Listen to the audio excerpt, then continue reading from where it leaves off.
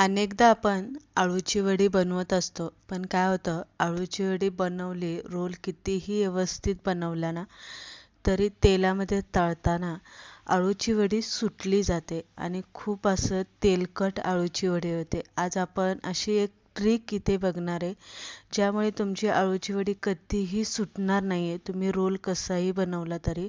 एकदम साधी आणि सोपी ही ट्रिक आहे. शेवटपर्यंत ही रेसिपी बघा आणि तुम्हाला अळूच्या वडीची रेसिपी आवडली असेल, लाईक शेअर नक्की करा. चला पटकन ही रेसिपीला आपण सुरुवात करूया.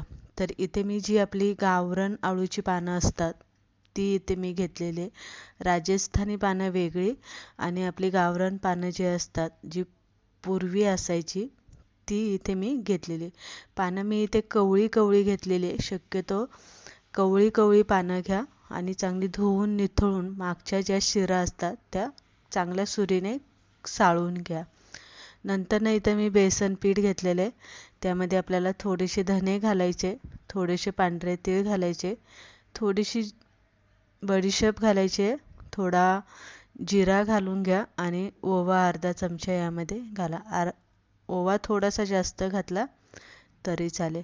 नंतर ना यामध्ये चिंच गुळाची चटणी जी असते ती 2 चमचे चटणी यामध्ये घाला, म्हणजे छान अशी आंबट गोड तिखट अशी लागली पाहिजे. नंतर ना 1 चमचा पिठी साखर आणि चवीप्रमाणे आपल्याला यामध्ये मीठ घालायचे.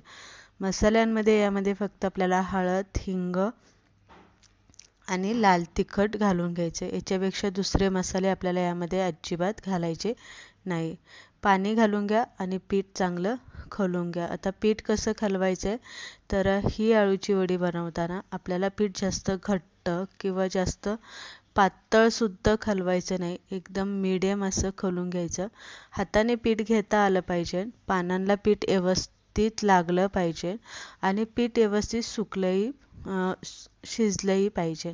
तर इथे पीठ जर तुम्ही घट्ट पीठ खलून घेतलं तर व्यवस्थित ते शिजणार तर नाही, पण तुमची जी अळूची वडी आहे ना, ती खूप अशी कोरडी रखरखीत होईल आणि खाताना एकदम घशामध्ये गुंतल्यासारखी वाटेल. म्हणून जास्त पीठ घट्ट खलून घ्यायचं नाही. आता पीठ खलून झालं की लगेच आपण करायला घेणार आहे. अळूचं पान सगळ्यात पहिलं मी एक मोठं पान जे असतं, एखादं पान, ते आपल्याला खाली घालायचं आहे. त्याला असं व्यवस्थित पीठ लावून घ्यायचं आणि नंतर यावरती पानं घालून पीठ लावून घ्यायचं. आता रोल जास्त जाड बनवायचा नाही आहे आपल्याला. इथे अगदी 4-5 पानं इथे मी आणि पानं शक्यतो इथे बारीक घेतलेली आहे.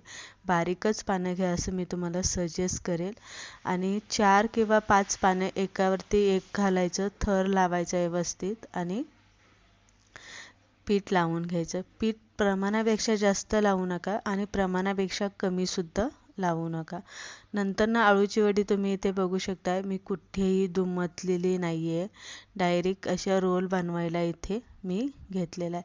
अळूची वडी इथे दुमटायची नाही. वाटलंच तर पुढच्या साईडने तुम्ही इथे थोडीशी दुमटली तरी चालेल. अशा या पद्धतीने 2 अळूच्या वड्या इथे मी बनवून घेतलेल्या आहे.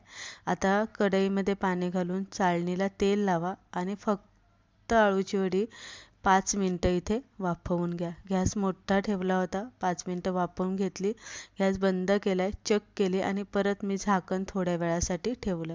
आता ही अळूची वडी बनवताना आपल्याला पूर्ण शिजवून अजिबात घ्यायची नाही. अर्धवट शिजवून घ्यायची, म्हणजे अर्धी शिजली पाहिजे, अर्धी कच्ची राहिली पाहिजे. ते कसं, तर वरनं थोडंसं पीठ जे असतं ना, ते असं घट्टसरपणा आला पाहिजे पिठाला.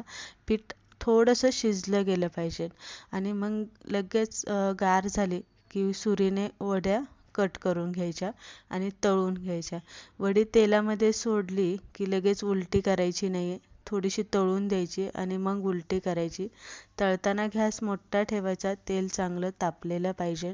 जर तुमचं तेल चांगलं तापलेलं नसेल, गॅस तुम्ही बारीक केला, तर 100% तुमची अळूची वडी तेलामध्ये सुटणार आहे आणि तेलकट होणार आहे. तर इथे तुम्ही बघू शकता, अर्धवट मी कच्ची उकडून घेतली होती अळूची वडी आणि नंतरनं सुरीने कट केल्यामुळे छान असा पानांचा कलर सुद्धा हिरवागार राहिलेला आहे, कुरकुरीत आलेले आहे आणि मस्त अशी तळली गेलेली, अजिबात तेलामध्ये सुटलेली सुद्धा नाही आहे. तर या पद्धतीने आज आपण एकदम सगळ्यांना जमेल आणि एकदम सोपी ट्रिक अशी आपण इथे अळूची वडी बनवण्यासाठी तुम्हाला मी दाखवलेली. रेसिपी आवडली लाईक करा, शेअर करा.